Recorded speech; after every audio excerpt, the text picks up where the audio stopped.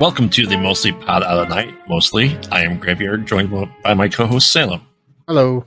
This is episode 8 of our weekly All Things Horror podcast. Our topic for this week is the Massacre Horror Movie Marathon Convention that was last night, October 1st, 2022, at the Davis Theater in Chicago, where we were lucky enough to sponsor the Texas Chainsaw Massacre. So, Salem and I were both there last night, and we're just going to kind of go over, our thoughts of, the overall experience that we had, the movies that we watched, and everything that goes with it. So let's dive in first to the movies that we were stuck around and watched. Now, this was a 14-hour event. We did not stay the entire time. It's a long time, and we just couldn't get everything in there that we would have. Would we stay there next year the entire time? Do you think, Salem, if we plan it out and are able to get dogs taken care of and kids and stuff like that? As long as I have somebody to watch the dog, I'd be fine with that. But yeah, okay. if I leave for that long, my dog will be very upset. Right. And kind of, another thing that we were going to do, which is this upcoming weekend, was the drive-in one, which we didn't realize was a 4-hour drive one way and a 2-night event. We thought it was closer to us. Hopefully that maybe next year we can plan that out as well. Maybe it'll be closer to us next year as well, hopefully. But I'm in contact with the guys who ran this, and we'll see from there. Yeah, it's kind of a bummer because, they had a lot of good movies there. Absolutely. The timing was a little off. But if I'm staying in a hotel room right next to the place, that's not too bad. But like Videodrome, which, one of my favorite movies, was playing at 3 o'clock in the morning. Right. I don't know if I can stay up that long. I will try, but I don't know if I can. I'm getting old. Yeah, it was supposed to be 8 hours, or was it 12 hours a day for 2 days? So it was 24 hours altogether. Because driving, you're limited to night, so you have to wait for the sun to go down. So it's I think it's 8 o'clock to it looked like to 5 in the morning. Right. So yeah, and that was just the movie part. I haven't been to a drive-in. I don't know if there would be vendors, if it's actually a drive-in versus the Davis Theater, where it's an actual theater. The one out there is a drive-in. I've never been there, but I've looked it up, and it is an actual drive-in where you drive in and you get the little, you sit in your car and watch it and stuff like that. I don't know what other amenities they have there. I've never been to a convention at a drive-in. I have been to a drive-in, but I have not been to a convention in a drive-in, so I can't speak to that. But I have been in a drive-in. I did go see the original Total Recall in a drive-in. Oh wow! So yeah, our last drive-in by me was shut down years ago, and I thought it'd always cool to go do it. I'm interested, because it's the same group that did, the massacre last night. That's doing the same thing next weekend. There seems to be more, movies, and they were all different from the schedule layout and stuff like that too. Yeah, like I said, the schedules look great. I didn't realize how far away they were. Right, it was poor planning on our part, but we'll be prepared for next year. I already got the okay from the wife to do it next year. So. Just need a dog sitter. We'll see. Right. All right, so let's get into the movies that we watched. The 3 movies that we stayed and watched, were Child's Play 2, the original Texas Chainsaw Massacre, and the original The Howling. And we'll get more into depth of these movies when we go into the full franchise review, because they're all part of bigger franchises. But let's start with Child's Play 2. When's the last time you saw Child's Play 2, or if you even recall seeing Child's Play 2? I have watched Child's Play 2. I probably haven't seen it in 20 years. It's been a long time. Last time I watched it, it was on VHS, if that tells you how long ago it was. Right. So we can get briefly into the plot. Like I said, not a long summarization, but just a quick synopsis of it. Child's Play 1 ends with essentially Chucky getting shot multiple times. Part of his limbs are blown off by the cop who was, I believe, Prince Humperdinck from Princess Bride. and shot through the heart, kind of majorly burned the set on fire. And the company that makes the good guy dolls took him back because there's reports of this happening. I believe this takes place. This is Chicago. Yeah, it's Lakeshore Strangler. And so they're going, hey, we don't believe this. And something that I completely forgot was how Chucky comes back in this movie. It's been a while for me. I didn't realize how long it's been rewatching these. I think I've watched the newer ones more recently. Obviously, they're newer than going back with this. But essentially, he gets rebuilt for some reason. They don't really go into the reason behind it. Now, listen, this is like one of the loosest, reasons for like a villain coming back ever. They did actually try to explain it. And they actually said, well, what we're going to do is we're going to own the PR on this by getting the original doll and rebuilding it and showing people that it's not haunted. That was literally what they said. Okay. I mean, if that is not the loosest, dumbest reason to bring back, it's a doll, dude. Just throw it away. Right. And what's really weird is, as Chucky or Charles Lee Ray, the Lakeshore Strangler, is in the good guy doll, the more human becomes. So he gets blood and stuff like that. And he, a human would get loss of blood, but they reinvigorate the essence, I guess, with new parts. And then he gets shocked when his eyes get put in, he gets electrical shock and reignites the voodoo spell that Chucky had on the doll. Right. Look at the man hours it took to manually create. Like, they even made a comment, like, we're not used to manually making these. We have machines that do it. Like, the man hours required to clean up a melted, burnt, shot up doll to make it whole again. Why? Why would you ever do that? No one cares. Right. They could have just taken any old doll and said, this is the doll. See, there's nothing wrong with it. Or just don't say anything at all and just let it go. The PR of saying, hey, look, this is the doll that we rebuilt. What sick ass would do that? Everybody would look at you like, what is wrong with you? Why would you do that? Right. That's saying the apartment that Dahmer killed people in. Oh, look, we're just going to reupholster everything and, and show it off. Oh, look, this is a great apartment, right? Don't you want to live here? No, nobody, you just got to let it go. You let time take over, and then eventually people will forget. Right. So, he goes back into it, and then he still claims that he still has time, and he needs to get, do the voodoo soul exchange with Andy and get back to the body. So he's still in Chicago. Andy's still in Chicago. And he finds him. He goes, Andy's mom gets put in a psych ward because she corroborated his story. He goes into foster care, and then Chucky knows to go to, the company had the file on Andy. So they say this is where he's at just for PR, maintaining and just kind of cover this up where 3 people died. And then, goes there, finds him, and then starts tracking Andy down. And, just so happens to be a good guy doll at the foster home that Andy's at. And then we meet, his foster sister. Why can't I think of her name? Her real name? Her character name. Oh, Kyle. Kyle. Yeah, that's right. Kyle. And just more stuff starts happening again, not knowing if it's Chucky or not. And, the foster parents eventually get killed. The very strict school teacher that, the one day that Andy was at school, which he seemed very new, but if he's in Chicago, couldn't he have gone to the same school he was going to? I didn't get that. Why was he going to a different school?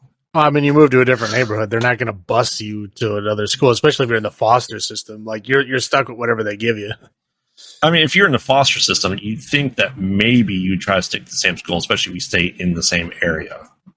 Well, if a kid suffers a traumatic event like that, they try to give them a break from where they're at. Right. You know what I mean? Especially if they don't know what triggered it. I highly doubt they would have put a kid with severe troubles like that in school so fast, but... Right. plot device, I guess. Right, and I'm wondering if the mom didn't want to come back for the sequel, so they just kind of wrote her character off to say, "Oh, she's that's exactly what happened. I guarantee that's exactly what happened. Right. So Alex Vincent came back as Andy. It was only a year later after Child's Play, which is good because child actors tend to grow up really, really fast between years of movies. And Chucky kills the foster parents, goes after Andy. They eventually essentially do a giant U-turn or circle of going back to the good guy factory. And the warehouse is ginormous. And I'm not sure the production's that high on the good guy doll. I mean, they seem like it's very rare in the first one. There's how'd the mom get her hands on the good guy doll in the first movie? Well, it was like Cabbage Patch Kids. I mean, they were hard to get, but there was a lot of them. It's just that everyone wanted one. And I find I don't think a factory like that would have the line running nonstop. I can't imagine the demand was that high. I don't know. In this fictional world, sure, why not? I mean, in this fictional world, we could say that was the Cabbage Patch of the time, and if that's the case, then sure. Right. Don't look at that factory next year because it'll probably be shut down. Correct. Because it goes in fads. Yeah. So, they're going through the warehouse. They're seeing how dolls are made. They're seeing how, which I guess I don't get. Like the body, the torso of the doll would go into like a steamer and then get the arms and legs applied, which was just plastic nubs that I'm not sure you really needed to heat it to just insert the sockets. I mean, you don't. I mean, this whole thing was just an obstacle course that they built for effects. That's all. That's the only reason it was there. It's very big, very bright, very colorful, right? Very grandiose in the scheme of things. And there was one maintenance guy that was there, and it took like 5. There's an assembly line going on, the eye insertion, which was like a trap they had to go through so they wouldn't get the eyes jammed into them, which seems like a very hard machine to do something as gentle as putting eyes in there, like jamming it into it like there's no tomorrow. And then 5 good guy dolls get jammed, and the alarm goes off, and he's like, "Oh, why do I have to do anything?" Like one guy for maintenance for an entire production line, something like that would happen. Everything else was still moving, which I didn't think would happen. If there was a stop in the assembly line, I would think everything else would shut down. Okay, well, let's just skate right past the issue where everyone has free access to this warehouse and there's zero security. Yeah. Like, if you're talking this is the Cabbage Patch warehouse, there will be people trying to break in to steal Cabbage Patch Kids. It will happen. You need to have locked doors, you need to have security, and I guarantee you they did back in those days. It doesn't make any sense that there's no security, all the doors are unlocked. The only guy in the building, they show cameras behind him. I mean, they show that, he's not paying attention to them. But I mean, how hard is it to pay attention to like people running and screaming and knocking over all the boxes and shit on a camera? I mean, anybody would catch that. If you're asleep, you'd catch that. I mean, I guess that's a fair point, because when one of my first jobs, I was overnight knock technician, and I had to watch the cameras and do sweeps of the floor of the building, which is like a 3 or 4 building on top of the job. And yeah, I mean, there's lots of screens, and I don't think I'd get upset if like, I have to do something. Like, I understand it's supposed to be this big automated process, but he tightened something like 3 times and pushed the button and then reset it. It was a weird thing. I don't think the assembly line was necessarily like portrayed obviously accurately. Well, yeah, I mean, if you've ever been in an assembly line, there's a lot of robots doing shit, but there is still people there because you still have to visually check it. Because sometimes machines will be like, "Oh yeah, and everything's good," and then you go down there and everything's a big pile of, like everything's junked and destroyed, but the line still thinks it's fine. And also, if you stop the line, it stops every part of the line. Because it's all connected. You can't just stop one section because then you're just going to get a huge pile of stuff waiting to go in. again, yeah, it's somebody that had never been in a factory assembly line designed all the effects. I get they just did it for the effects. I mean, they're, they have like the steam chamber so that, Chucky gets trapped and hurt in there. They have like, the liquid plastic that burns and melts and explodes, all that kind of stuff. Right. It's all there for just, set pieces for the fight. And that's it. That's all it was. They weren't thinking of how a factory actually works. Right. So, kind of the idea was the way that Chucky ended this movie was, he's chasing after them. A grate falls down and he has to rip his hand off, and he's like fully human at that point in time. Where he's realized that he can't transfer his soul, he's trapped in the body, and just like his hand ripped off, and then just to, shove a knife into your arm just seemed weird to go after him. But then they trap him and they realize that the steamer thing exists. He gets hair stapled onto his pants on the board, gets put into the steamer, and just gets like multiple arms and legs jammed into him, which would be pretty painful, obviously, as a human.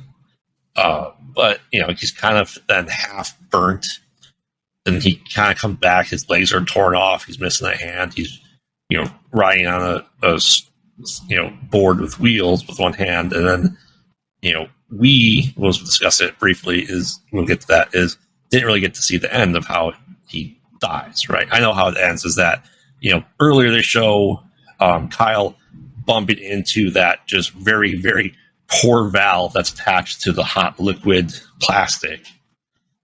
Just no safety overrides, nothing. That was just there. She briefly knocked into it, and there's just drips and almost falls on Andy, and then they release it and melt, Chucky to the floor, and that's how it ends. Right. I mean, that was got to be the world's worst valve I've ever seen. Well, again, all this was just made for, a set pieces for the finale. That's it. That's all. That's all it was. Yeah, and I honestly don't. Well, like I said, I'll briefly touch on it, but when we get into the franchise, but I'll say the next part, how he comes back after this, is then they take this melted plastic hunk, remelt it down, and make more good guy dolls from it, and that's how he comes back in the next one. Right. I mean, how hard is it to buy other plastic? I mean, it's scrap. It's scrap at that point. Like that's another PR cover up, because now there's a dead guy with fake plastic eyes in his head that was swinging from a rope. Yeah, a death happens on the line. There's blood everywhere. There's obviously like viscera mixed in their plastic. They would shut the whole line down. They would bring in a team to sanitize and clean everything, and they would start all over with new product. That's fact. Right. They would not reuse anything. No company is that desperate to reuse plastic. Right. It's like taking slag at a steel mill and like, we'll reuse the slag. No, you don't do that. That's garbage. It's junk. It's runoff. You don't reuse it, let alone blood everywhere. Right. Yeah. I mean, it's, again, if you've ever worked in any kind of industry at all, you realize how these things work. And I mean, I understand you need a reason for the sequel, and that's the only reason they can think of, but yeah, it's ridiculous. So we can discuss a little bit technical issues that happened while we're watching this, right? I don't know what media was being used, but it seemed like a DVD chapter type issue that occurred, right? Like the DVD had a bad part, and there's probably like the last 2 chapters on the DVD, and like it stopped. Took a while to get it back. We had to rewatch the last 15 minutes again, and then like got a second farther, stopped, and then we got to the end. So we missed kind of like the last chapter of it. Right. Yeah. It skipped from, where he stuck his knife in the little radiator thing. Right. And then it jumped to him exploding after being filled up with plastic. So, I mean, not a huge, chunk of time, but yeah, enough. But yeah, and also that the last section had no sound either. It was just correct. Yeah. Oh yeah, I forgot. They also he gets melted, and then the air pipe gets shoved into his mouth and blows up, and it was an interesting way. It seemed like a bigger better way of getting rid of him from the first one. It's just like a more grandiose way of killing it. Like, it's kind of what happens in sequels, right? You have to outdo the death of the same thing. You can't have the villain die if they die the same way every time. Yeah, and I'm pretty sure half of that movie's budget was spent on building that factory. Probably. That factory was way more elaborate than it needed to be. I'm pretty sure they spent more on that than they did on everything else. Right. Growing up, I don't think when I first saw Child's Play, I don't recall it being Chicago based. I don't think I really put that together when I first watched it. Yeah, at the time, I don't remember it. I mean, there's a lot of stuff. There's like, the Sun Times is the newspaper that they read. Like they jump in the back of the Sun Times truck, Right. So I mean, it's obviously there now, but back then, I don't know if I noticed. I probably did, and I just forgot. It's not a major thing. Yeah, but I mean, it's pretty cool though that we were in Chicago watching stuff made in Chicago. I kind of like stuff like that. I do enjoy. Ferris Bueller's Day Off takes place in Chicago. There's Blues Brothers is Chicago. Yep. Yeah.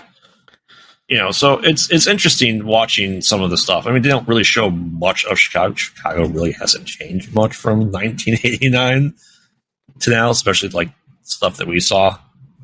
Warehouse District. I mean, there's tons in Chicago. Right. But I mean, other than the technical issue, which it happens, right? We're all used to stuff like that happening. Though, I mean, what did you think of the crowd with this movie? I mean, it's your typical fan crowd, so where they clap, whenever there's something, like a one-liner is said, or they clap when like a death happens, or they laugh when something goofy happens. I mean, it's your typical crowd for this kind of, for like a cult classic movie, I would say. Yeah. I mean, I found out, I didn't realize that this event was sold out. I mean, I couldn't imagine more people there. Every seat was filled. They had seats kind of in the aisles too, just to get more seating there. Right. But I was discussing with the wife this morning, and we briefly discussed in our drive up there, was that I know I saw Seed of Chucky in theaters, and then anything after that never came into theaters other than the new one. So saw Seed of Chucky in theaters. It was 2003-ish. So the new Child's Play a couple years ago, the remake came out in theaters. Did not see that. So this is only my second Chucky or Child's Play movie in theaters. Was this your first? No. I believe I saw Bride of Chucky in the theater. Okay. Because it was at a time period where I was working at a movie theater, and I basically saw every movie that came out during that time frame just because I could. Right. So I'm pretty sure I watched it at that time. I mean, I had seen all the other Child's Play up to that point, but I didn't see any of those in the theater. I saw that one in the theater because it was free. So. Yeah, I mean, it was about Bride of Chucky came out in about 1998. Seed of Chucky was 2002, 2003, I believe. Something like that. So that was in the time frame where you weren't watching horror movies. That's the time frame I was seeing every horror movie in theaters I possibly could. Right. So, no, I mean, I like Child's Play enough to, really, we sat down and we determined what we're going to go and watch. And I think this was a good thing to watch. Obviously, I think you said that the Howling and Child's Play were switched originally on the schedule, and they switched it back. Yeah. It was originally Howling at 6, and then Child's Play 2 after Chainsaw, but they switched it like a week before. Right. I think the idea was that during Child's Play, we were going to go talk to all the vendors at that point, but they switched it. We really wanted to stay for the Howling, obviously. Right. So, yeah, I mean, like I said, it was the first movie for me at a marathon, at an event. We'll discuss the crowd and the people in it, kind of later on in this podcast. Do you want to go over the next movie? I know it's one of your favorites. Texas Chainsaw Massacre. I mean, there's not a whole lot to that plot, really. Basically, it starts with like news reports of like somebody broke into a cemetery and like dug up a bunch of people and like rearranged them in like weirdly artistic ways. It's like essentially two couples and then the one girl's brother who is Yes. disabled in a wheelchair. I think he's just annoying. I don't think he's supposed to be like what, mentally ill in any or challenged in any way. I think he's just annoying. I don't think he's Franklin's very annoying. Yeah, I mean he's just an annoying character, but I don't think he was supposed to be like mentally disabled in any way. I think he was just physically disabled as he was in a wheelchair. I'm pretty sure that was it. But I mean he kind of comes off as dumb, but I think that's just him as a character. I don't think it was a disability in any way. But anyway, so there's two couples that go up there, and then the sister, and then her disabled brother. Now, her and the disabled brother, their grandfather was buried in that cemetery, so they go to just make sure that the grandfather's grave is okay, and it is. And then since they're out there, they decide to go like check out the old family homestead, right? Which they had not been in for a very long time, but they were there as children, and they're early 20s ish, college age, right? I was thinking it had been 10 to 14 years since they were there last. Yeah, but they were kids. They said they said about 8 they're there. Yeah, or at least one of them was. Or they said it'd been like 10 years since they've been there. Right. So yeah, college age. It's if they were like 20-ish, right? Yeah. Makes sense. So right. So, yeah. So they're they decide to go check out this old homestead that their grandparents had. That they went to as kids to kind of revisit. Blah blah. So they go out there. And they end up, as they leave the thing, they pick up this, weird hitchhiker guy who's obviously has issues, right? Yeah. I mean, he's got like a pouch made out of like a raccoon or like a squirrel or something. I don't know. It's weird looking. His bag of holding. Yeah, and he's like obsessed with like a camera, and then he takes the brother's knife and like cuts his hand open, and they're all just like watching this, like this guy needs to go. And they eventually like get the guy out of the van, and he like rubs his bleeding hand all over the side of the van as they're leaving. So they're going to the gas station, right? Because they need gas. And the guy says, "Oh yeah, we don't have any gas. So either you have to wait for gas, or go to the next station." Yeah, but he wouldn't say where the next one was, or he didn't know, or whatever it was. Yeah. So they're like, okay, we got to wait for gas anyway, so we're just going to go to that old homestead because it should be close to here, and then we'll go back and get gas later. So they go to the old homestead, and they're like, screwing around in there. The one dude's in a wheelchair, so obviously he can't go up the stairs. They're all hanging out upstairs. So he gets kind of, upset and, squealing and just being annoying.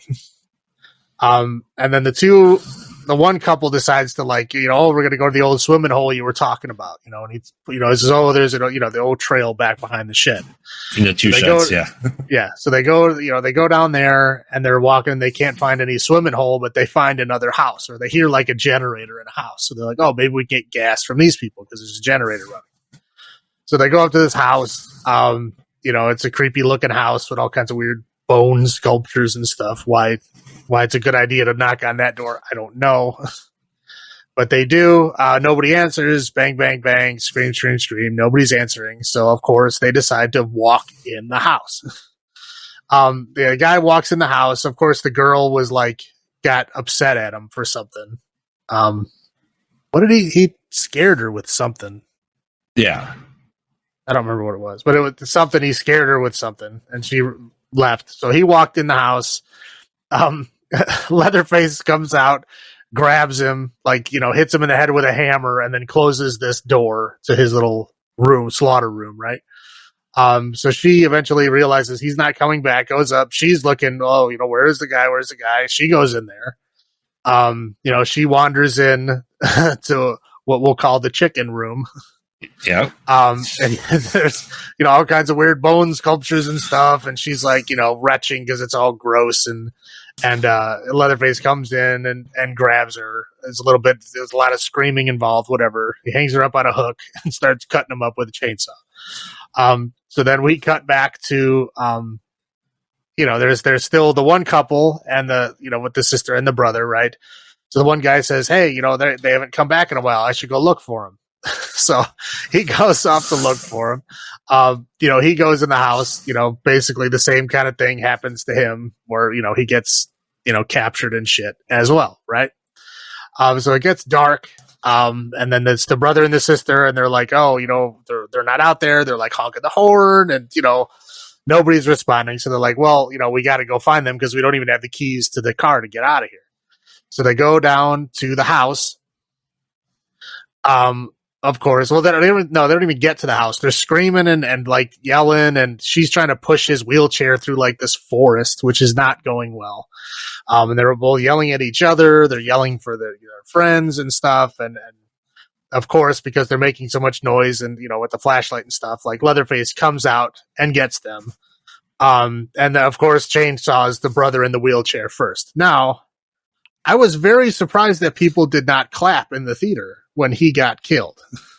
Because it's the only kill with the chainsaw? Well, yeah, it's the only kill that like you see on screen with the chainsaw, but also he's like annoying, right? Like he is a very annoying character. And usually when the annoying character dies, people clap, and there's no sound at all. So I think it might have been people were afraid to clap because he was, like in the wheelchair, so they're like, we'll just not do anything. We'll just let this one pass. Right. Which is fair. So then of course he's chasing her through the forest, he's chainsawing through all the trees that she's running through, and she ends up running in the house, and she runs upstairs and sees a dead old grandma and what appears to be dead old grandpa. She tries to lock the door. Leatherface, of course, just chainsaws through the door. Well, he doesn't chainsaw through it. He chains through part of it and then just knocks it open. Well, he cuts like a V into the door. I mean, maybe he's doing it for intimidation. Who knows? Right. So eventually she gets away. She runs back down to the gas station, which is apparently close enough to run to. I didn't think it was that close, but.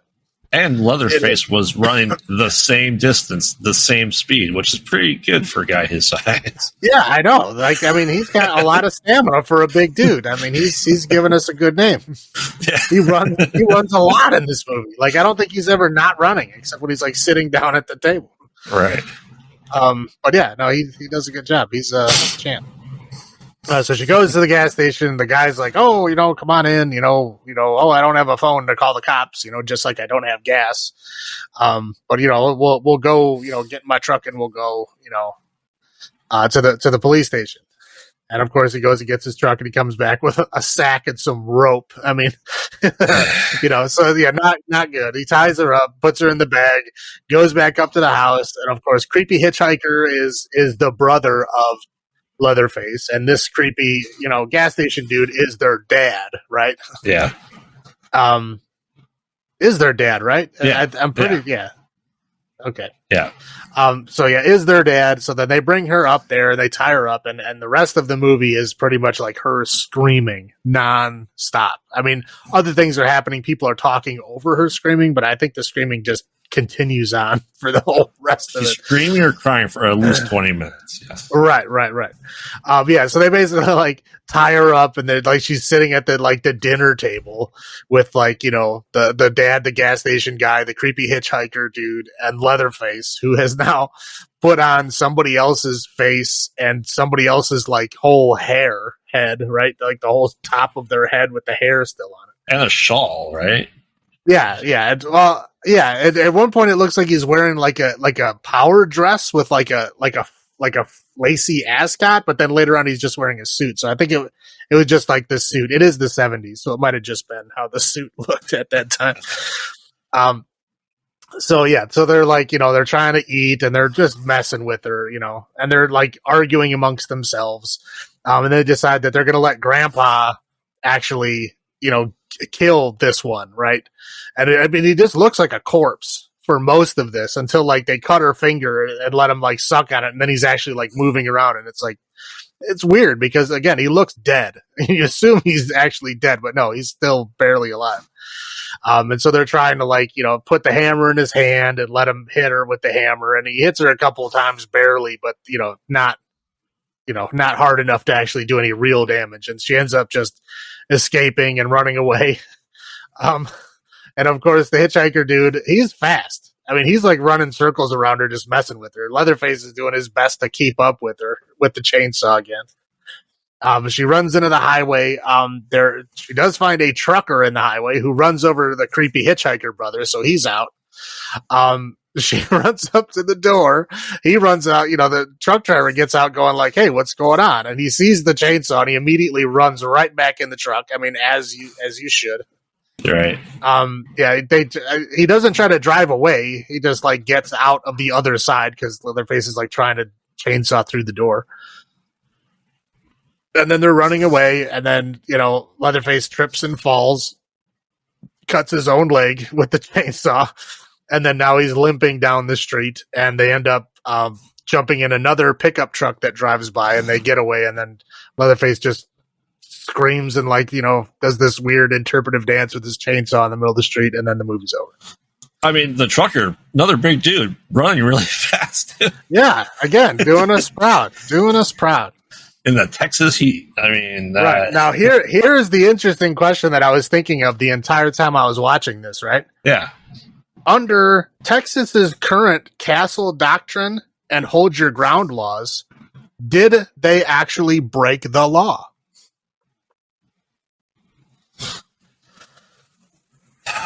Did the family break the law? Right. I mean, 4 of them broke into their home. Right. The first 3 are definite home invasions, and they stopped them. I mean, obviously the eating people, but that's a separate charge. I'm saying the actual murder charges, the attack charges that they would get. Would they actually be breaking the law? Because the hold your ground castle doctrine is if somebody breaks into your house, you have the right to fight them off, right? So the first 3, there's no contest. They were killed in the house. They had broken into the house. The 4th one also broke into the house. That one is pretty cut and dry. The brother in the wheelchair was still on their property. I mean, I guess that one's debatable, but it is on their property, right? Yeah. And then the other one, I mean, I guess there would be kidnapping charges involved because she did go to a public gas station.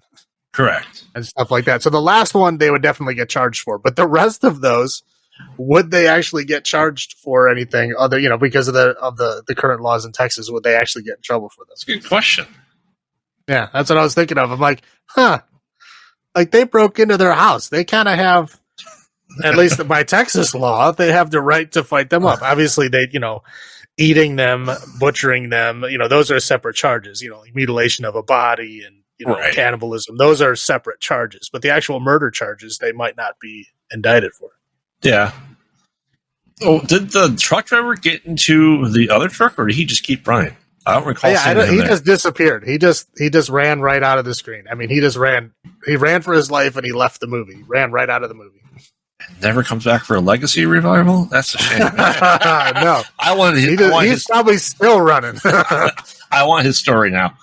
Right. He's probably still running. I don't know. If I saw some dude wearing somebody else's face for a mask with a chainsaw running after me, yeah, I wouldn't. Nope. Did he say anything? Yeah, he did. He went, oh shit. That's it. But that was it. That was all he said. So he did get a speaking line technically, but that was all. And we'll rewatch this again when we do read the franchise as a whole with the new one. A new one just came out. We have to catch up to get to that.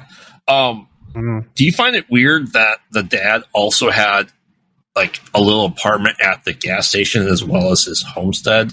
Was that just to kind of throw you off? Well, okay. If you say, when they're sitting at the table, there's obviously more to that conversation. Like I said, they're messing with each other. Like the weird hitchhiker brother and Leatherface are obviously, they're telling him that he's too weak to do the actual killing. And he agrees. And he says, I just don't get into the killing part of it. He's just the cook. Right. And so I think they do a lot of weird shit at that house. And I don't think he wants to be there, honestly. So I think that's why he has his own place, and like he cooks his own food and everything at that place. He's probably selling their human barbecue, right? I think that was the implication, right? You couldn't tell what in his smoker what was potentially human in there. Right. There's questionable meats. Let's go with that. Yeah. There was actually a real life serial killer that did that. Well, this is based off of Ed Gein. Well, no, this is a totally different guy, not Ed Gein. Oh. Leatherface is based off Ed Gein, yes. I'm not saying you're wrong there. I'm just saying there's another serial killer. I don't remember his name. He was a bigger dude, but he would kill women and then he would grind them up, and he had his own like roadside barbecue stand, and he would like make burgers and sausages and stuff out of the people and sell them. Now he said that he did that. He did admit to it, but they never actually found samples of it. So they haven't been able to like verify that he did, but he says that he did. And there's bodies that they can't find that they can only assume that that's what he did with them. Yeah. I don't remember his name, but like I said, I remember he was a bigger dude. I mean, we're not talking about John Wayne Gacy. No. Dahmer only did it to men. Right. Well, yeah, that was for his own personal use, but this guy actually like sold it to people. Or like I said, he confessed to doing that, and he did actually have a roadside barbecue stand, and he did actually kill women as a serial killer. They have all the evidence of all that. They just don't have evidence of the actual barbecue that he sold containing human meat because they didn't catch him at a time where he had any there. Right. Huh. I was just looking it up. Was it in America or was it someplace else? It was American. Okay. I mean, was this before or after Texas Chainsaw? This was after. Okay, so after the 70s. Yeah. No, the movie wasn't based on it. I'm just saying there is a real life, kind of connection there as to where it happened. That's so bizarre. I know you listen to the True Crime podcast more than I do. Mm-hmm. Was that one of them? Probably. That's usually where I get. So usually where I get all that information. I said we'll discuss this more, but I just for a movie called Texas Chainsaw Massacre, he used a chainsaw on Terry to cut him up. Very, very not gory from what I remember. Like came out 48 years ago. I mean, there's blood, but overall, it wasn't a very gory movie. It wasn't very visceral. With Franklin, when he was getting sliced up and stabbed through, and don't see any of it. Well, yeah, because it was it was in the dark. Right. Sorry, it's Joe Metheny is the guy's name. Okay. Never heard of him. It's Joe Metheny confessed to an array of transgressions that included eating and grinding up his victims' body parts, which he would then mix with pork and beef that he served to customers at his roadside open pit barbecue stand. It was in the late 90s. Interesting. So that was even after the Tales from the Crypt episode with Christopher Reeves that had a diner that they Judd Nelson, they did that too. They'd serve up steaks from his body. Yep. That's a very distinct episode. I remember that. Right. All right. So, I mean, Texas Chainsaw, like I said, this is, for me, I saw the Texas Chainsaw Massacre 2003 with Jessica Biel. I want to say the one after that, which was a prequel, Beginnings, both with R. Lee Emery as the sheriff. Mm-hmm. Those were the only two I had seen in the theaters. This is my first time seeing the original in theaters. What about you? Yeah, it's the first time I've seen this one in the theater, and it's the first time I've seen any of them in the theater. Okay. I've seen all of them except for the very newest one, which I think just came out the last year or two. I think this year. Yeah, so I haven't seen that one yet, but I have seen all the rest of them. Yeah, I'm missing the one this year, and then Leatherface, or was it called Pig? Was it 2? Was Pig one of them? Pig? No, Pig is a Nicolas Cage movie. Because I feel like we're missing another one in there. I thought that was about that. I don't remember. We'll discuss it. But when's the last time you saw Texas Chainsaw Massacre? The original one, I mean, again, it's going to go back to around the same time period where I watched all the Child plays. So, it's going to be back in VHS days. I watched it back when it was on VHS. So we're probably talking, this is late 90s. Yeah, on VHS was probably when I watched the first, I think 4, because I think the first 4 were out at that time. Right. Oh, there's a recent one between the beginning and Leatherface in 3D. I don't recall if I saw that one. Like I said, I'm pretty sure I've seen them all, except for the newest one. Yeah, that came out February of this year. Yeah. Now, I'm gonna. And when we get to that, I'm going to rewatch them. Obviously. And I will probably discover that I didn't see one of them because it's been happening with all of these so far. But at this point in time, I'm fairly confident I've seen all of them except for the last one. But I will probably be proven wrong when I watch them. Yeah, like I said, I'm probably with you. I think I rewatched all of them and prepped for the 2003 one. I want to say that was the last time I watched any of them. Well, after the beginning, I don't think I saw 3D. It's just not one of my rewatches right now. So going back to this, we reached out to the venue a couple of weeks ago, right? Or was it a month ago? We saw that they were sponsors, and I just inquired just to see how for next year the idea of that we would be able to sponsor something like, once we'll have almost be like our year anniversary of doing this by then, and everything like that. And reach out to them through Facebook, and they said, "Hey, we have a sponsorship available." And of the 3 movies, I think we were able to we got lucky and got the one we both probably would have preferred, right? Which was Texas Chainsaw Massacre, that we became a sponsor for it, which is pretty cool. We came with merchandise and stuff like that. And I missed the first shout out because I was wandering, trying to look at vendors and stuff like that, just between Child's Play and Texas Chainsaw. So, what I was actually surprised with the Texas Chainsaw Massacre is that we had John Dugan show up, that he was at this thing, right? And I don't know much of his acting credits, but still to have, and for those listening, John Dugan is Grandpa. He was the guy, in the prosthetics and the chair, and I don't think he had any lines, but more just a motion actor at that point in time for this movie.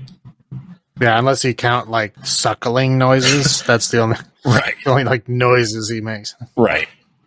So, you've been to conventions before, but have they had anyone in the movies that you see? Yeah. Well, everyone you go to, they have at least one person. Okay. Like I went to the last one I went to, the Sci-Fi Spectacular one I went to, they had Vernon Wells. Okay. Who is for whoever doesn't know who that is, he's the Mohawk dude, the bad guy on the motorcycle in Road Warrior. That's Vernon Wells. He was the bad guy in Inner Space. If you ever saw that movie. Wow, I have not watched that in a very long time. He's also the bad guy in Commando. Okay. Where he looks like everybody always says he looks like the fat Freddie Mercury in that movie. That's fair. But that's Vernon Wells. I think those are like the 3 movies that he was in. Okay. He's been in other stuff, but those are at that time, that was like the peak of his, his, noticeability in his career there. But, Yeah, so he was there, and yeah, he was signing autographs and taking donations for his wolf sanctuary. But yeah, he was there. I don't recall who was there the year before. I know there was at least one person or somebody. I don't know who it was, but I know there was at least somebody there. There's somebody that I didn't really know who they were. But. Yeah. So I mean, everyone was able to meet and greet with John while there, and I thought it was pretty cool. Like I said, this is my first thing. I just looked up his age. He's 82. Yeah. But I mean, we got to discuss just a little bit with him. You know, just we didn't want to take up the line that was there. We got a picture taken, which is pretty cool. Like I said, I'm posting to our stuff. I think might be used as a picture in the interview next week that I'm doing with Kyber Cave. I don't know. I sent it over to them because they want promotional stuff like that. But I mean, it was pretty cool. I mean, he had pictures there that he was signing. He just seemed like a generally nice guy. Yeah, I seem like a good dude. I mean, what was the band name that he was talking? It was like Big Sweaty Men. Big Sweaty Men. Yeah, Big Sweaty Men. That was the name of the band. That was an interesting story. Right. But yeah, apparently is a local Chicago band. I had never heard of them, but apparently he knew of them. Big Sweaty Men. It's a hard thing to Google. Yeah, you're probably not going to get the results that you want. No, not at all. And then so after the movie, like so, we got shouted out a couple times for being a sponsor, and then they had a Q&A, and I don't know if I was expecting a different type of Q&A versus. Oh yeah, I mean he got there and they were asking questions about the working conditions that they actually shot in Texas, and we have all heard the stories. It's just horrendous heat that they had there. And he had kind of a couple stories, right? He's talking about the chicken in the cage, right? That somebody had just was it his brother-in-law or like a PA just found some roaming chicken in the area, and they go, we're going to put it into a cage, and that there's the chicken in the cage, and that's the chicken room then. Right. Yeah. But the problem was that they put the chicken in the tiny bird cage, but the chicken was content to be in the tiny bird cage. So his secondary job was to lay on the floor and poke the chicken with a broomstick to have it make chicken noises. Right. It wasn't making. Otherwise, the chicken wouldn't. Yeah. Otherwise, the chicken wouldn't make chicken noises. Which is a really interesting story. Of all the stuff I've heard, I don't recall that story ever.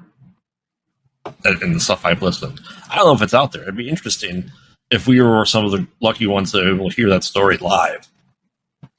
You know what I mean? Yeah, I don't think I've ever looked up like live interviews. I mean, I know I've seen interviews with Toby Hooper before, but I don't think about this movie. It was like later on because I mean, obviously 73, I wasn't even alive yet. So right, and he said that it just turned the 49-year anniversary of them shooting it. And it came out 48 years ago, and they shot it 49 years ago in August in Texas. Right. That sounds horrible. I cannot do the heat. I would not be able to do it, let alone, especially him. Like, he was in Texas, and he was in a cast, essentially, a prosthetic. I can't imagine how hot that was. Yeah, that's got to be boiling hot. Did you hear when he was talking about how long we got to have one question from the audience? And it's a really awesome question. I think they asked, what was the procedure done to get him into his costume? Right. And he says that, they took, the typical castings of his face and that they made all the stuff. And it was like a piece by piece thing, which it didn't look like it was a piece by piece thing, which I guess is a good sign of it, right? It is also like one giant piece to me, at least in the movie. And did you hear him say it took 7.5 hours to put it on? No, I didn't hear the actual time frame. That's a long time. That's a long time for anyone. Yeah, that's for sure. I couldn't as much as I'd love to be in a horror movie, because I would love to be the Sean Bean of horror movies. Right. I'd just be like, hey, sign me up. I want to do it. Kill me in every single movie. I don't care. I don't need. Yeah. Well, I mean, it depends. I mean, they usually the effects guys have different tiers of makeup. Yeah. They have like, depending on how close you are to the camera or how focused the camera is going to be on you. Yeah. So like, yeah, the guys like in the back have like, a skull painted on their face. Right. Where like the guys in the front have like all the latex zombie paint and, effects and shit. Yeah. I mean, so that was pretty cool. And, I didn't realize that he was from Indiana, that he went to, theater school or teach, acting school in Chicago, where one of the hosts of the venue was alumni of as well. Goodman Theater, yeah. Yeah. I looked up where he's from, and it's Brazil, Indiana, which is about 3 hours south of me. I just wondered. Maybe he can go to the drive-in. Maybe, yeah. It's a little bit it's probably like 40 minutes west of where the drive-in is. And then kind of the other story they talked about was, and I'm pretty sure I heard the story too, were the pot brownies. I'm pretty sure I've heard that story somewhere. Well, yeah, I mean, it was 73. I'm not surprised. Or grass brownies, Yeah. And 73, it was grass. Yeah, and he said he was able to get it because his brother-in-law helped write the movie, and that means his sister did the catering and made pot brownies. They talked about Gunner having like a whole tray of them. Yeah, right. The world's best brownies, and it's just it's you hear stuff like that. I thought it was pretty cool. I mean, what did you think of the stories that we were able to get from John? Oh, they're cool. I think I like the chicken story the best, but right. That's a really funny story. Kind of the behind the scenes stuff. You know that it has to happen some way, and usually if you watch like the Insert Darkness stuff like that people talk about like it's a family, that the movie is a family of people, right? That whether your job is being an actor or not, someone needs to lay on the ground and poke the chicken. Someone's going to do it, and it's just such a close knit. While making especially these low budget movies, is because you don't have the money for the 100 people to do it. It's just a small, close knit group of people. That's pretty cool. Yeah. Well, I mean, there's also probably the understanding, like, hey, if you don't like help out beyond your normal hired job, that's probably not going to get completed. So, right. if you want it to come out, you're going to need to help. Right. And that's why I really like the Evil Dead behind the scenes stories. I've heard, I think, all of them at this point in time. But yeah, Texas Chainsaw. I remember the pot brownies. He talked about Gunner being just a gentle giant, except when you made him angry. Right. And it's cool, right? I really liked it. I mean, I think best movie that we could have picked of the three, and to have help sponsor John Dugan be there too. It's pretty cool for me. Yes. All right. So the next movie, The Howling. Quick synopsis. I missed the first 15, 20 minutes of it. Yeah. Basically, the movie opens with it's early 80s, I think. So yeah, it's like this lady is like a news anchor, like an investigative journalist, and she is investigating a serial killer. Who the serial killer has like developed some kind of weird bond with her, to where he keeps calling her, and she keeps like talking to him over the phone, and he's like giving her information. So the police have basically set up kind of like a sting operation, because he said he wanted to meet her in person.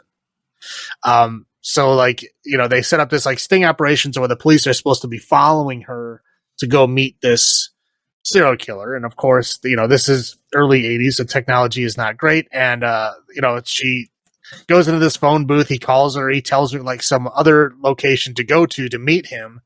And they lose the signal. So like the police are trying to scramble to find her. There's no way to communicate with her that they haven't found her anyway. So she goes to like this porno shop, and goes into one of the booths in the back.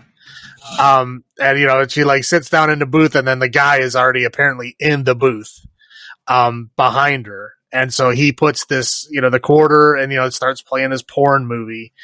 And then like he keeps talking about how he wants her to see him or whatever. And then she turns to see him. You don't see his face at this point. And she screams and falls out of the room. And then, Quick Draw McGraw, the cop, shows up right at that time and just starts shooting in the room. Like, he doesn't even see a person. He just starts shooting into the booth. And they do actually, like, the other cop actually calls him out, be like, dude, what are you doing? Like, you should just shoot when you don't know what's happening. But, so he shoots and kills the guy who they, discover is Eddie. Yeah. Yeah, Eddie Quist, who's this, serial killer guy, right? But he's dead. Everything's fine. She's suffering nightmares from that. She can't remember exactly what happened. She can't remember what she saw. She can't remember what happened after she went in the booth. So she ends up going to like the psychologist guy. The psychologist guy's trying to help her. Obviously she's still got a lot of work to do. So he's like, okay, I got this retreat up in the woods, where you can, it's like a retreat kind of thing. Right. So you go up in the woods, with your husband. The husband, gets hit on by this lady, and he initially, kind of pushes her off, but he goes and she hears howling one night, right? So he goes out to like check it out, right? Is that what he does? Yeah. Whatever. But anyway, he's out in the woods for some reason. He gets attacked by a werewolf. You see it for like a second. And then, of course, like, the next day he's eating meat when he was a vegetarian before, and he's like, getting a little bit more bestial. And then the next night, she goes to bed and he runs out the door, and he meets up with the werewolf lady in the woods, and they have, weird werewolf sex in the woods. And then like, they become like full on werewolves. Correct. So then he comes back the next day and he's got like, scratches all over his back and stuff. And she's like, oh, where'd that come from? He's like, oh, it's when I got attacked in the woods. She's like, no, it's not. and then he just like leaves and they just like drop the whole thing. And then, then she hits her. He hits her. Yeah. Right? Because she's going like, you're hysterical. And he hits her. And thankfully she like stands up for herself enough to like leave. And she calls her friend. Yeah. She calls her friend like, hey, you need to come help me because, or whatever. And so she comes up. Her husband doesn't come up because he's busy with other stuff. They both work at the TV station where she's a news reporter at. Correct. Right. Yeah. They're like in the production room. Yeah. So yeah, she comes up without him. And they're like, trying to, work their way through this thing, and they're doing more investigative stuff. The other lady, is doing more investigation around the place. She ends up finding in Eddie Quist, the original serial killer, in his apartment. They found a bunch of drawings that he had did. Most of them were just of like wolf face looking people, but there was one that was like a very detailed kind of like a landscape, right? Yeah. So she's like, whatever, doing her recording in the woods somehow, but she finds this same location. She has the drawing with her. She holds it up like, oh man, this is the same place. This is where he was when he drew it. So she goes and she looks around and she finds this cabin. And she finds out that, the Eddie Quist, that serial killer guy, had lived in this cabin because there's a bunch of his like drawings up there. There's a bunch of like, newspaper cutouts of like the killings that he had done and all this stuff. And there's like the smiley face sticker, which was kind of like his calling card that they showed earlier in the movie. And so she's investigating that. She starts trying to take pictures of it. And then she gets attacked by a werewolf, who's like, trying to get her. Eventually she ends up like cutting off its arm. Yeah. When they're fighting, and then she gets away and she goes back and she's like, she goes back to like the doctor's office and she's like, oh man, there's werewolves. She calls her husband like, hey, there's werewolves here. You gotta like do something. You gotta help us. And then she gets attacked by a werewolf and gets killed like right afterwards. Right. Well, we find out she's going through the doctor's files that the beastie guy and the seductive witch are Eddie's siblings or related. Right. Or yeah. We don't know if they're siblings or whatever, but they have the same last name. Right. Yeah. So they're all like related. We find out that Eddie Quist, that was actually a patient of the psychologist dude. So the doctor is kind of in on it somehow. So there's that. So yeah, she's dead. And then the dude is coming up. So the lady, is now kind of on her own. trying to remember exactly they basically like try to like recruit her Correct. into this like, you know, werewolf Cult. Just join cult, us. right. Yeah, it's so much better to be a werewolf. Blah blah blah blah blah. Right. Yeah. So they bring her to the place where like all the werewolves have gathered together, and there's like it's like basically every other character in the movie in this colony place Right. is a werewolf, and they're like trying to convince her to be a werewolf. Because they said they can't kill her because she's too famous. So they said it'd be better to join. Yeah, either she joins or they have to like make it look like an accident or whatever. Right. So yeah, as they're like, you know, trying to figure out what they're going to do with her, the dude shows up, and he has silver bullets, which were kind of foreshadowed earlier in the movie when they were like book shopping about werewolves at Ray's a natural occult bookstore, essentially, but with right. the neighbor from Gremlins. Right. Yes. Exactly. Yeah. So he has a rifle which I mean in real life that rifle would hold like maybe 5 rounds, but it somehow holds like I don't know 25. Right. It's movie gun. right. So yeah, he goes there and they're all like, "Oh, rawr, we're gonna attack you," and so. You know, granted, they do call into the fact that it takes them like forever to change into werewolves. Like their transformation takes like at least 5 full minutes. I mean, it takes a long time. And painful. There's a lot of there's a lot of like bladder work happening in their face and, and stuff. But it takes like a full 5 minutes, which is kind of funny because when the one investigative journalist is like watching him change, like she watches the entire 5 minutes instead of shooting. And doesn't do anything. Right. Doesn't run away. Just sits there the whole time. Anyway, so they're like, "Oh, you can't stop us." You know, the one guy's like, "Go ahead and shoot me," and he fucking shoots him and he dies. And so they're like, "Oh shit." They're all like, you know, trying to stop him. They're slowly transforming, and he's just like picking them off, like one at a time. Only after they're transformed. Right. Well, after they start transforming, because I mean, to be fair, he doesn't know which ones are werewolves. Until they start shifting, and when they get the fangs and the eyes, and he's like, okay, then he knows, and he shoots him. And then they eventually like back him into the barn. They lock him in the barn. They douse him with gasoline, set it on fire, and they try to get away. And the werewolves get out, and they get into a car, and they're like chasing him down the road, and they're like shooting him through the roof and through the thing, and they eventually have to ditch their car. They get in the cop car because, of course, the local sheriff is a werewolf too. Right. Yeah. Eventually they get away. But there's still werewolves left. They just, stop the pursuit. So they get away. She ends up getting injured in the car on the way there. And the way that the mythos works is if you get injured by a werewolf, you will turn into a werewolf. It just takes like a day or so, or a couple days for it to happen. Yeah.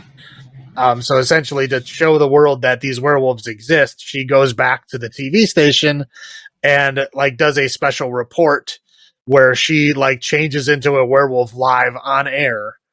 And then the dude shoots her and kills her with a silver bullet on air. Right. She's the fuzziest, cutest werewolf in the entire movie. Yeah.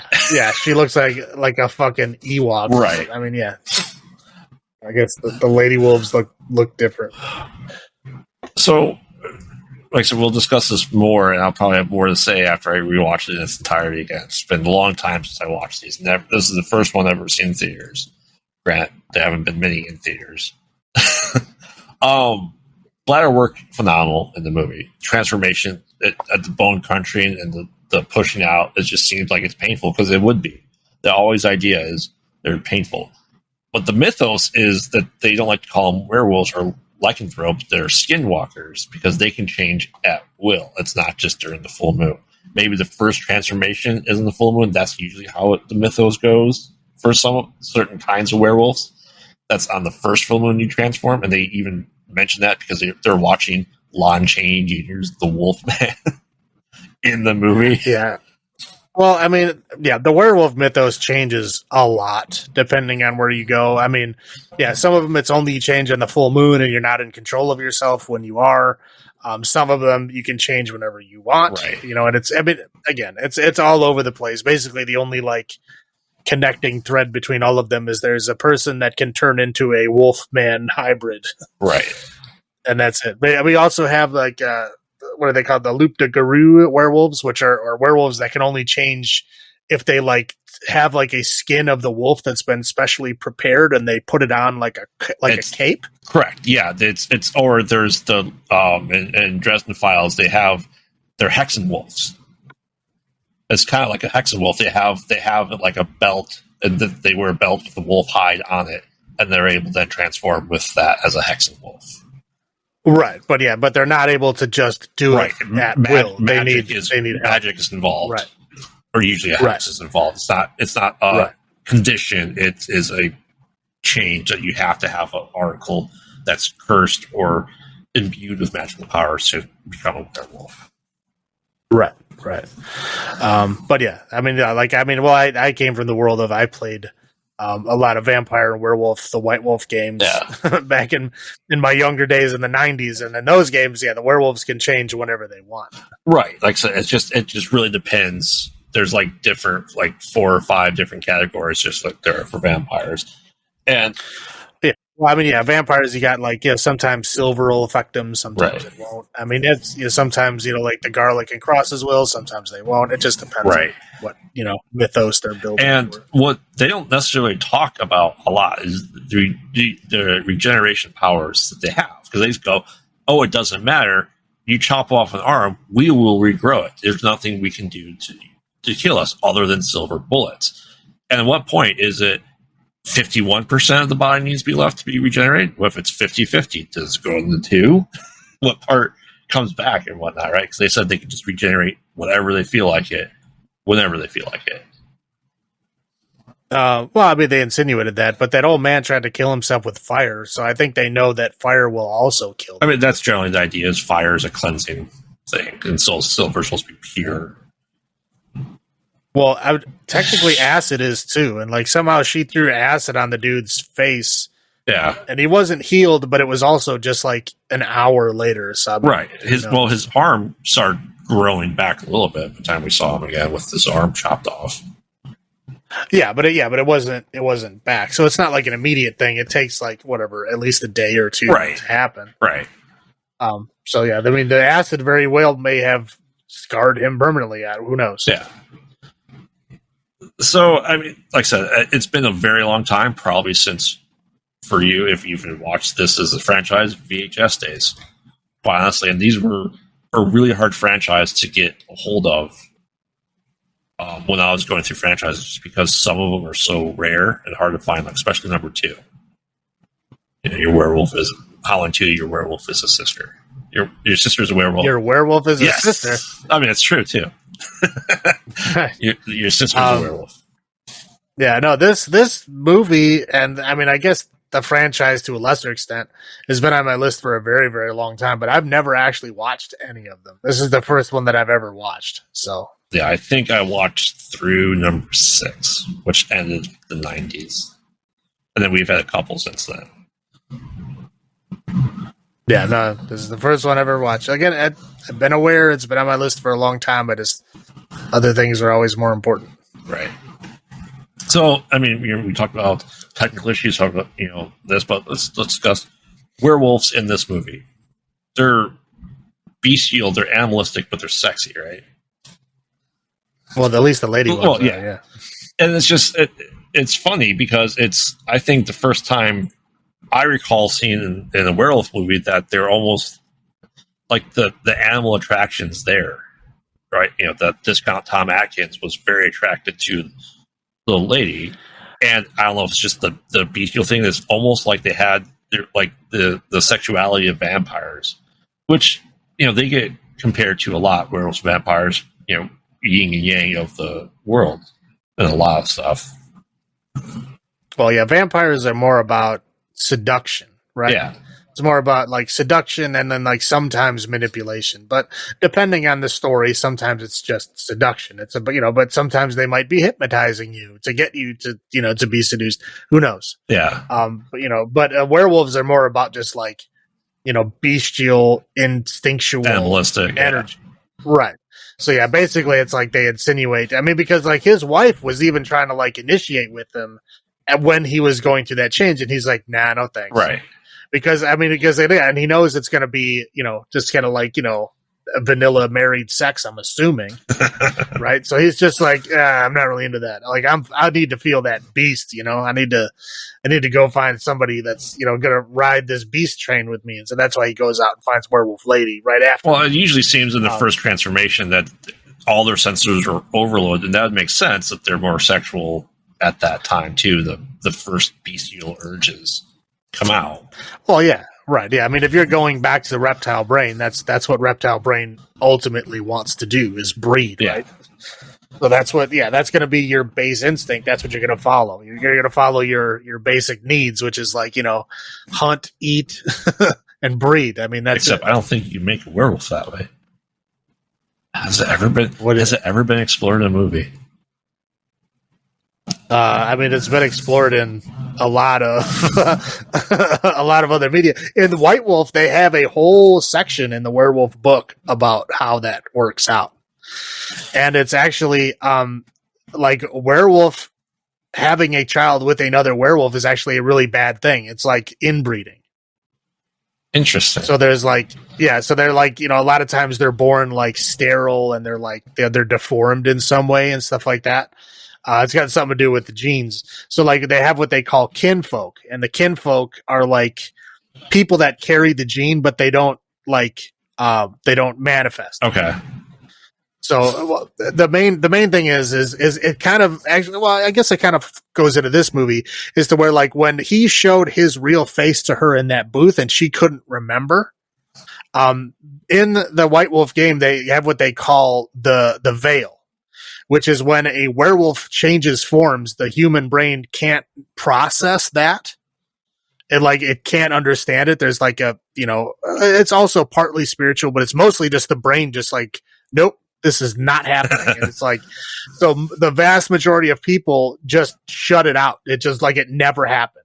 So like, even if you transform, you know, in a place where people are around, it's a really, really high percentage that none of those people even remember it happened. Well, that's why people have a hard time remembering trauma or seeing something drastic in front of them.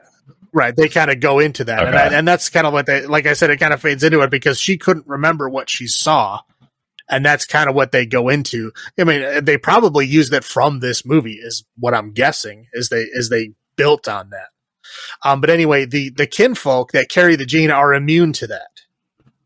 So they can see werewolves in their true form and they don't react to it because they have that gene. They just don't manifest. So they have like, you know, what they kind of call like, it sounds bad calling them breeding circles. It sounds dirty in some way, but they have like, you know, people like a big extended kind of family that they can, you know, interbreed with to make sure that they can continue the line of werewolves. But again, you can't go manifested werewolf with manifested werewolf because like, again, the genes don't cross and they end up like inbred. Okay. And they have a certain name for them. I think Metis, I think is what they call them. But anyway, they're like outcasts because they're like, you know, inbred and deformed in some way, blah, blah. We'll have to go in some of these sects and classes of different beasts like vampires and werewolves. I think we'd be a good talking point at some point just to discuss that. Yeah, I mean, well, again, because like depending on the world, that's why you know you can't just say okay, they're vampires. You have to say like okay, well, what kind of vampires? There's a lot of different kinds, you know. Right. I mean, we got everything from like you know vampires that can walk in the sun, they just sparkle in the sun, to being like you know the hardcore like old school Dracula type stuff, right? I mean, it runs the gamut of everything. Yeah. So you can't just say vampires anymore. That really doesn't mean anything. Correct. All right. So, there was one short we saw, right? Over the shoulder, or was there another one? Did I miss one? Yeah, there was the one about the ZAD. It was like zombies against drunk driving. Oh, I didn't see that one. I saw that one. Over your shoulder was an interesting one. With the guy at his computer and like was watching a camera girl, all of a sudden changed like essentially a deadite watching him, and then like the camera was kind of over his shoulder watching him, and it was interesting. Like we discussed after we watched it on the drive back, that it was like a Crypt TV episode. I thought it was pretty good. I liked it. Yeah, no, it was pretty good. I haven't watched any Crypt TV stuff, but I'll take your word for it. We'll have to, like I said, discuss the media of short horror movies, kind of where they're going. I like it. So I think it was interesting to be able to see a short like that. I'm assuming it's from somebody there. Did they say where the shorts were, or was it just people being able to show their shorts? I assume it was Chicagoland area natives. Yeah, well, I mean, like that particular one, the over-the-shoulder one, they had a little Chicago sticker on his laptop. So, I mean, I know that they're either from Chicago or they're trying to rep Chicago. Well, I mean, they didn't want to show the HP logo or Lenovo. It was either HP or Lenovo on his laptop model. Oh no, it's pretty good. I would be interested in seeing more of that at other conventions and movie marathons, stuff like that. That stuff has been done well, and I think that was the one I watched was really done really well. I'm interested in seeing more. Yeah. No, like I said, last time I went, they had like a little like competition where they showed a bunch of short films and then everybody like voted on who won, and they won like a prize. Interesting. Yeah. All right. So why don't we discuss the vendors? I know you were able to see a little bit more of them than I was. Obviously, we had John Dugan at the table when we walked in. Then we had the massacre, or was originally called like Terror in the Aisles. Terror in the Aisles, right? Some of their merchandise, they had some shirts, Sci-Fi Spectacular. There was a guy that had a whole bunch of, not a whole bunch, but a decent amount of like the NECA stuff for horror movies, which I see like this replay by my house has tons of that stuff. If this was 20 years ago and I saw that stuff at Suncoast and it's Evil Dead, I would have bought every single thing that was Evil Dead because that's what I did. Right. And then, we had the vendor who did a movie. I got his card. He wants me to contact him. It's like his wife is a screener in Chicago for movies, which is pretty cool. He was selling DVDs and VHS tapes. Okay. So I didn't get anything. I know I'm tempted by that stuff, but most of the DVDs I already have. VHS, I'm really trying to get to. If he had Laserdiscs of horror movies, even I would probably been there. Yeah, I mean, I definitely would have gotten it. But again, I mean, that's a very niche thing. Right. Not something you're going to bring to a little table in a theater. Yeah, he said he has at least 900 VHS tapes of horror movies. Not surprising. So, what about the vendors on the other side? Did you get to go see them? I did. I just did a casual kind of walkthrough. I didn't really stop and do much, but it was mostly like art and kind of like flair type stuff. I mean, yeah, that's essentially what it was. Yeah, but I mean, it was people like selling their art, or at least art prints and stuff, and then just like horror flair type stuff. Did any of the other podcasters have anything there, like a table? Did you see? I just saw the swag. At the table. I didn't see one. Yeah, I did. Yeah, I didn't see them at an actual table. They may have had one, and I just didn't see it. I mean, I really only did a casual run through like twice. I didn't like stop and do like a inspection of each table or anything. Right. But I didn't see them have a dedicated table. I think they were just doing the hosting thing and they're wandering around. Right. Which I tried reaching out. Like I said, when I was able to go out, they were gone. The other side vendors were gone. So I hit them up online just to talk to them and, kind of look into their part of Dread Central. I did a little bit of research into it today. It seems like a paid advertising thing. I don't know. I'm going to reach out to the guy and just see what it is because there's a couple of cool things on there. It'd be, like I said, just good promotional stuff for us. But obviously at a cost, I don't know what the cost is. If it's absurd, not even going to think about it. But just to get us more out there. Well, yeah, I mean, we'll see. So this is the first thing, and we're getting more and more into this. We're going to get the website going. I'm going to start trying to do more Facebook. I guess Twitter. Don't want to do Instagram right now. I have no desire for that. Definitely not TikTok. We're too old. So you get your kids to do it, man. Yeah. So let's discuss the venue. Have you been to the Davis Theater before for a marathon or convention? Nope. No, this is the first time I was there. I think I know they've had it at the Davis Theater before, but I didn't go to that one. The ones that I went to before, I don't remember the name of the theater it was at, but the theater that it was at before was an older theater. It was like kind of like a repurposed old, like one of the Art Deco theaters. And it was a little bit bigger of a theater. It wasn't as full, I can tell you that, but it was bigger. But yeah, it was the screens were fine, but the sound was not great. Okay. And I think that was just because the theater hadn't really put in the money to like redo the sound. And I don't think it was like, I don't think they had like a lot of blockbusters there or anything. So like the Davis Theater has like current run movies. I mean, they're obviously like modernized and they have, it's a business that still runs as a theater. That theater, I don't believe was. Okay. At least as a movie theater. I mean, they probably had theater of other stuff, but I don't think they ran movies in there. Yeah. Regularly. Yeah. To me, it seemed like the town I'm in, growing up, there was a local movie theater that had stuff like 6 months after it was in the bigger theaters. The AMCs were, they weren't AMCs then, whatever they were in the area. And it seemed a lot like that. I liked it. I thought it was an interesting venue. I don't know. The person next to me was able to rock their chair. I was able to feel the rocking in my chair too. I don't know if you were feeling that. No, not really. I got lucky. The person next to me sat pretty still. So yeah, but I mean, overall, I mean, how many people do you think were in there? 100, 120? Yeah, around that. And I said they, posted it was sold out, and I mean, I think most people stayed kind of in their seats and stay there. We didn't get there right away, just for time frame wise. But yeah, I'm hoping that it was nice enough that they'd do it again there. I would really like to do that. Like I said, also do the drive-in one, and kind of just help support the massacre if they're going to keep it that, or tear the aisles and do this again for sure.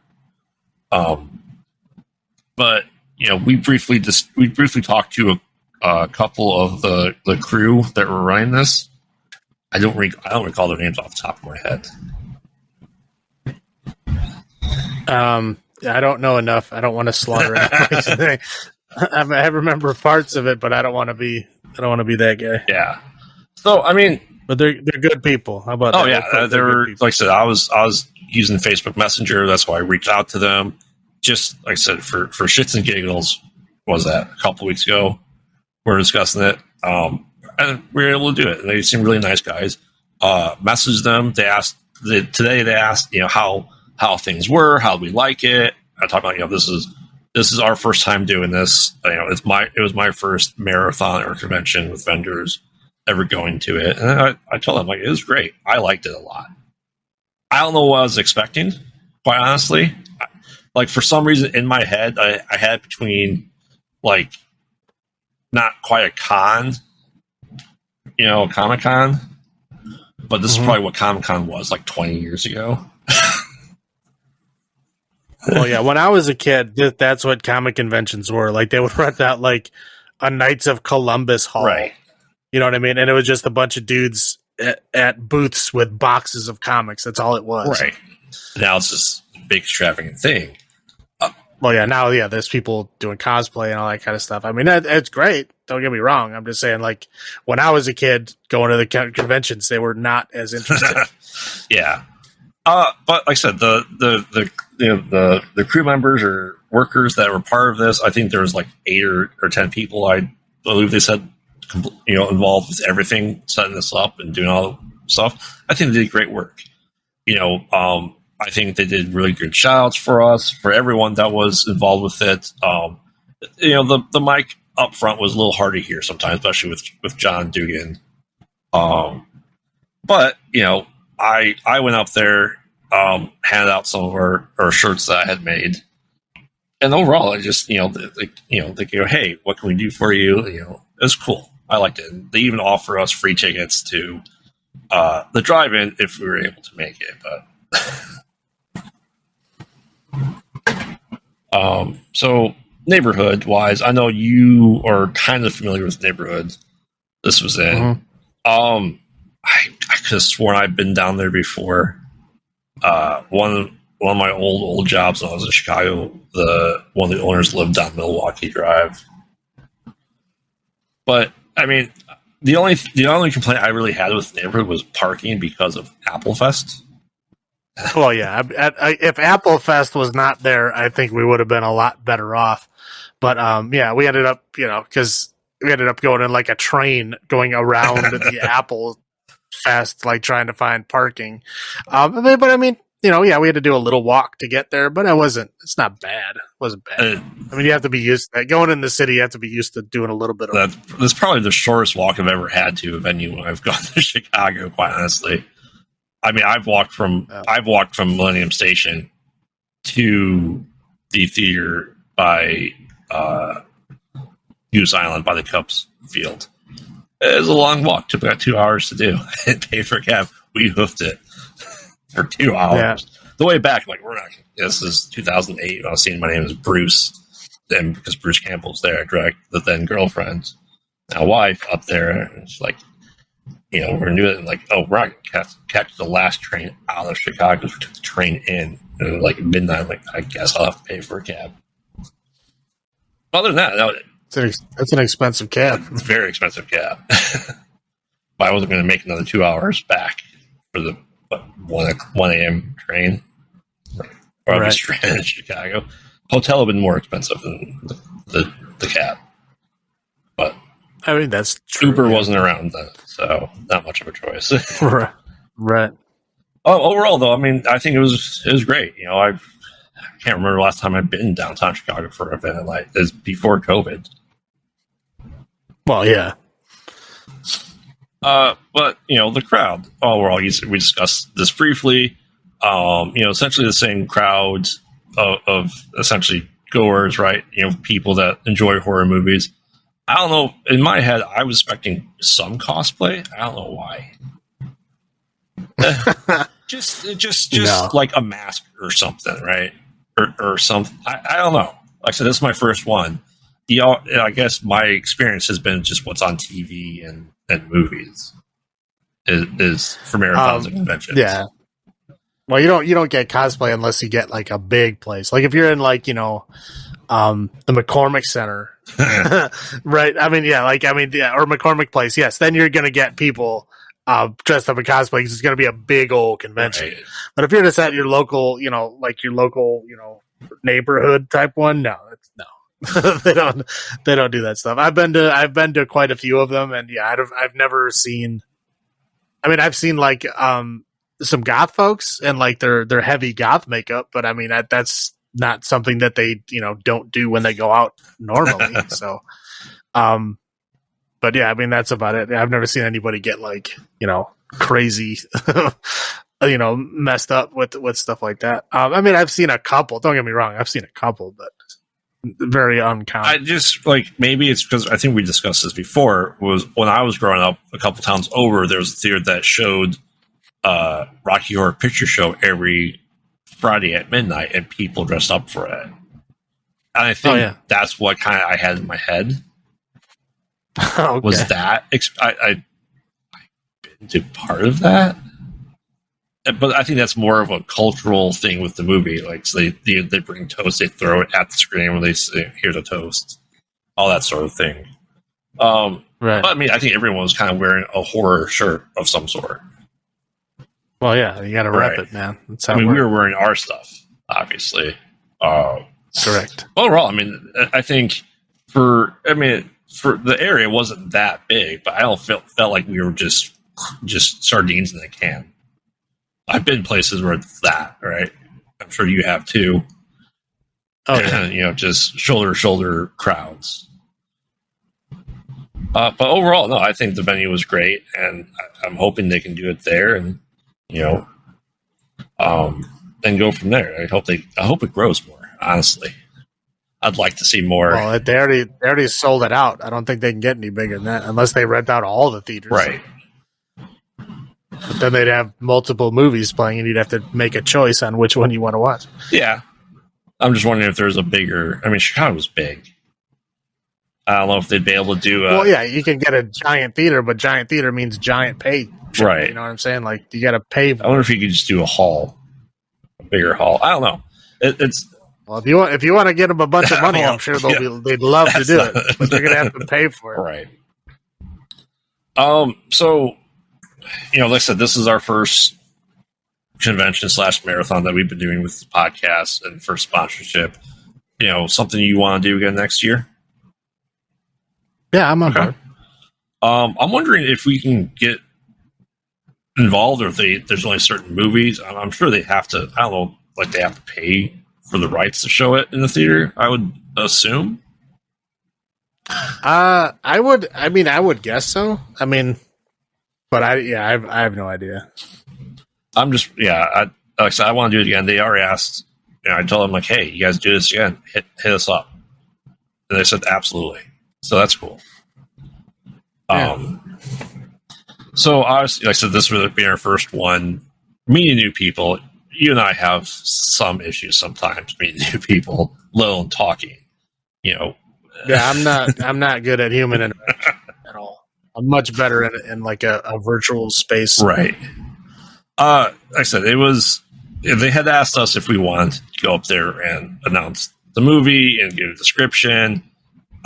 Maybe if we had more time, if we had more prep, because the podcast Friday the 13th, they talked about the movie for a couple of minutes before it. And I think they just signed on to sponsor it like a couple of weeks before. That's what made me realize, I'm like, hey, they're able to get into it. I'm like, that's cool. Let's see what we can do. Handing out the shirts, I didn't obviously say anything, which was fine with me because I was quite nervous anyway. As it was, we didn't have enough shirts clearly for anyone that wanted the free T-shirt. Right. But maybe, like I said, if we can get in more, like, not saying involved, but pick the movie, I think it'd be cool. Like, if we consensus, like, kind of our favorites, we can do something like that. Maybe, like I said, have buttons or cozies. What were they even calling them that last night? I don't think they were calling them cozies, were they? Koozies. They're called koozies. I thought they were cozies. Maybe in Indiana. It must be an Indiana thing. Here in Illinois and everywhere else, they call them koozies. Okay. Beer koozies. Okay. Huh. Koozie. Koozie. I don't know if I've ever seen it spelled out. If you go on the internet, type it in, I guarantee you'll get some results. So, I mean, other than a couple shirts, maybe, professionally done instead of me doing it myself. Like I said, I have a guy. Well, if you do them and sell them for money, you're technically a professional. Yeah. Man. Boom, done. No, but I have a guy in my town that did all of my brewery shirts. That I did the logo for years and years and years ago. They're not expensive, but if we're able to sell them, sure, why not? But get some koozies and maybe some pins or swag. I think would be cool to have next year or next time. I don't know when the next one's going to be. I know they're talking about they're going to was it DeadCon? DeadCon? Yeah, Walking Dead convention. Oh yeah, I've actually been to that. Have before. You? Yeah. But I'm not sure there's anything for us to do there, other than us go. I mean, it's essentially picture the same thing, only without the movies. Okay. So instead of movies, they have like presentations and kind of like, where like you sit down and they have like, people on stage. They'll either be like discussing a topic and they'll have like, panel discussion on topics, or sometimes they'll have like a star from the show, but they don't really have enough to like do just that. So like they have like a whole section of like an autograph section, and it'll be like all kinds of people from like the genre. Like I said, it's the geek worlds have like combined in a lot of ways. So like, the horror world and like your fantasy world and your sci-fi world, like all these things have like kind of converged so that they can all kind of feed on each other and like help each other get bigger, so they can do bigger events so that they all do each other. Like, the Walking Dead kind of, it was mostly like most of the vendors were all like, zombie themed, horror themed stuff. But not all of them. But when we went over to like the autograph stuff, like this was at the time Game of Thrones was like, stratosphere big at the time. And they had Brienne was there. Really? Yeah, she was there doing autographs. They had Stephen Amell doing their autographs because the Arrow was still really big at that time. So they had one of the Amels. I forgot which one it was, but one of them was there. They had Jay Bonasinga, who is the guy who wrote the Walking Dead novels. He was there. They had some of the actors from the show, but they weren't. I can't remember at the life of me who they were. Interesting. But they were some. I mean, they were like some of them. I know like Rick wasn't there, and like it wasn't like, but there was people that were in the show. I mean, they were there. God, I can't remember. They had one guy that was in The Wire. One of the main guys from The Wire was there. And was he the one that went to Community? Like the last season of Community? I don't remember. Okay. I don't remember. But anyway, there was a whole bunch of people there. And so, yeah, but I've actually been to that before. But it's, and that's essentially the same thing. It's just a convention. But again, like I said, all these worlds kind of combine to make sure that they can all be successful together. So like one will be leaning more towards one theme, but it won't be all of that. It'll be other things. They said, they're doing the Dead Con and they're doing something else. I know in our area, Stranger Things Con's coming up as well. Okay. But I don't. I can say that I don't want to go right.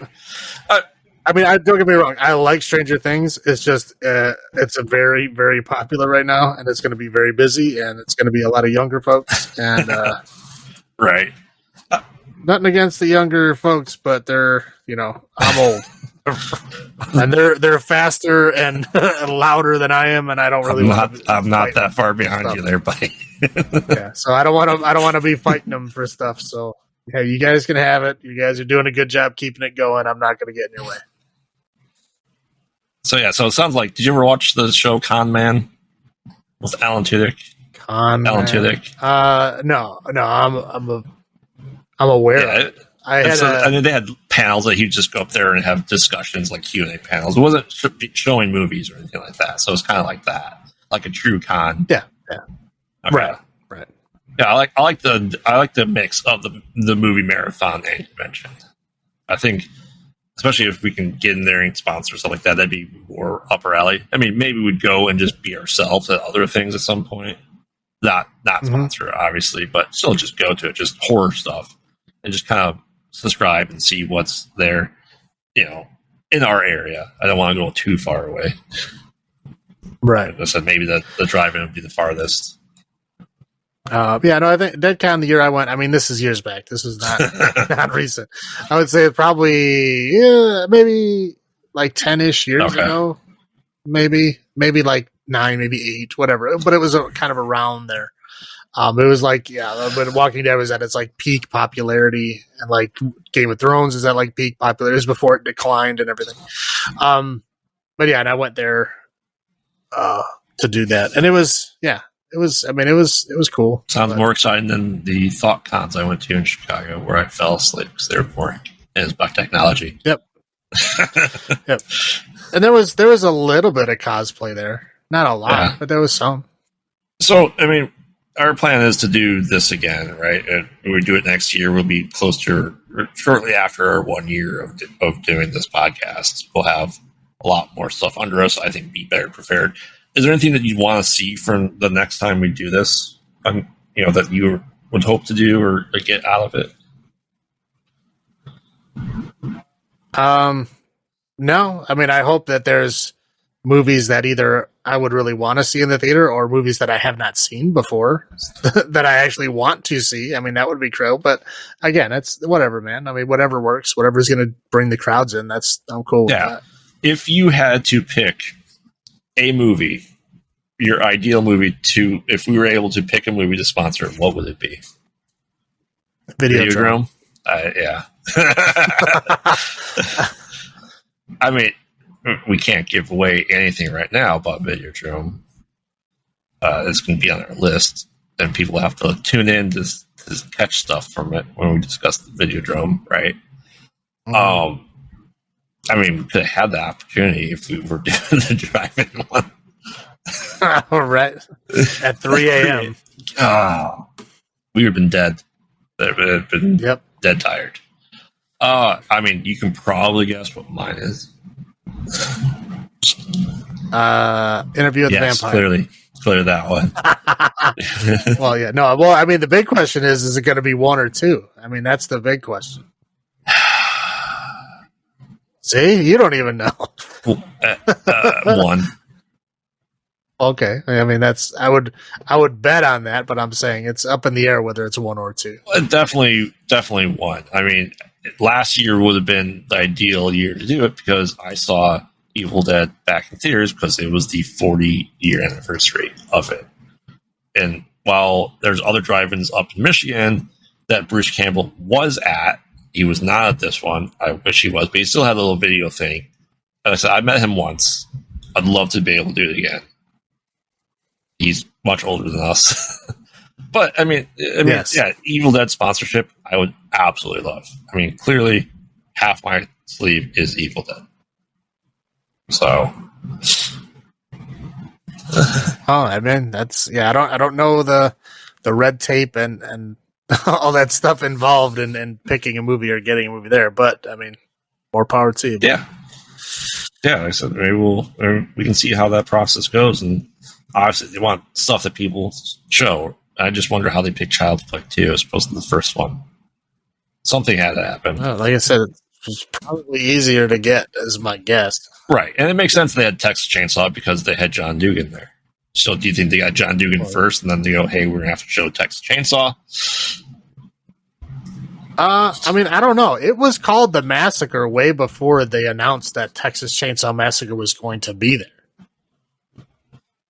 A lot of the art on the posters and stuff was Leatherface, so I don't know if they knew ahead of time or not. But also one of them has Frankenstein. Yes. So, and they didn't have any Frankenstein movies. So I don't know. Maybe they were just going with that theme and they got lucky enough to get it. I don't know. Again, I don't know what happens behind the scenes to get these movies picked. Right. So I can't I can't make an accurate guess as to how or why. I'd be interested in just in the fundamentals of it and what goes into it. I like to see behind the curtain and see how things work. Right. Well, send them a message and say, "Give me your secrets." Give me your secrets. They're probably going to think you're going to want to do your own thing, and they're probably going to be like, "I'm not telling you nothing." No. Which is fair. Right. Which is fair. No, like I said, I'd love to see it grow. Honestly, I enjoyed it that much. I'd love to see it grow. Yeah, it was cool. It was fun all day. Like I said, I've been to a couple of the sci-fi spectaculars before, and I liked them a lot. Again, I liked it enough the first time to go back a second time. I didn't go after that just because I had stuff going on, and then the pandemic happened. Did we miss this year's? I don't think they didn't have one this year. This is the first one since the pandemic. I wouldn't mind. But I know they had one at the Davis Theater before the pandemic. Okay. That was the one that I didn't go to. I almost went. I didn't buy tickets or anything, but I was kind of trying to plan to get there, and then I ended up getting scheduled to work that weekend. So. Okay. I mean, it'd be interesting. I wouldn't mind going to the sci-fi one too. I know it's more of your jam, but I also really enjoy sci-fi. Yeah. Again, it's the same thing. I mean, it's most of the same people. It's just going to be, instead of wearing horror shirts, they're wearing sci-fi shirts. I mean, it's more or less the same.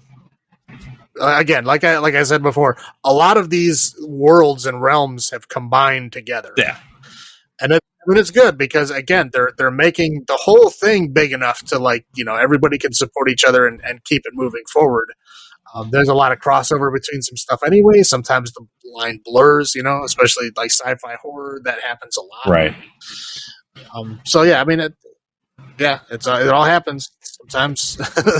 But yeah, if it's sci-fi leaning or horror leaning, it's just going to be different pictures on the t-shirts. It's more or less all the only difference it is. And the vendors will be selling themed things back and forth, but they'll be more or less the same, just themed different. Yeah.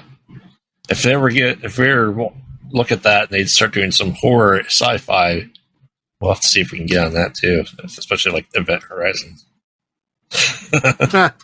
I'm sure there will be. I mean, but again, there's a lot of elements that go back and forth. I mean, that's you have to get to like a college level class to discuss the difference between things. Sometimes, I mean, we've obviously touched base a bit so far on this podcast.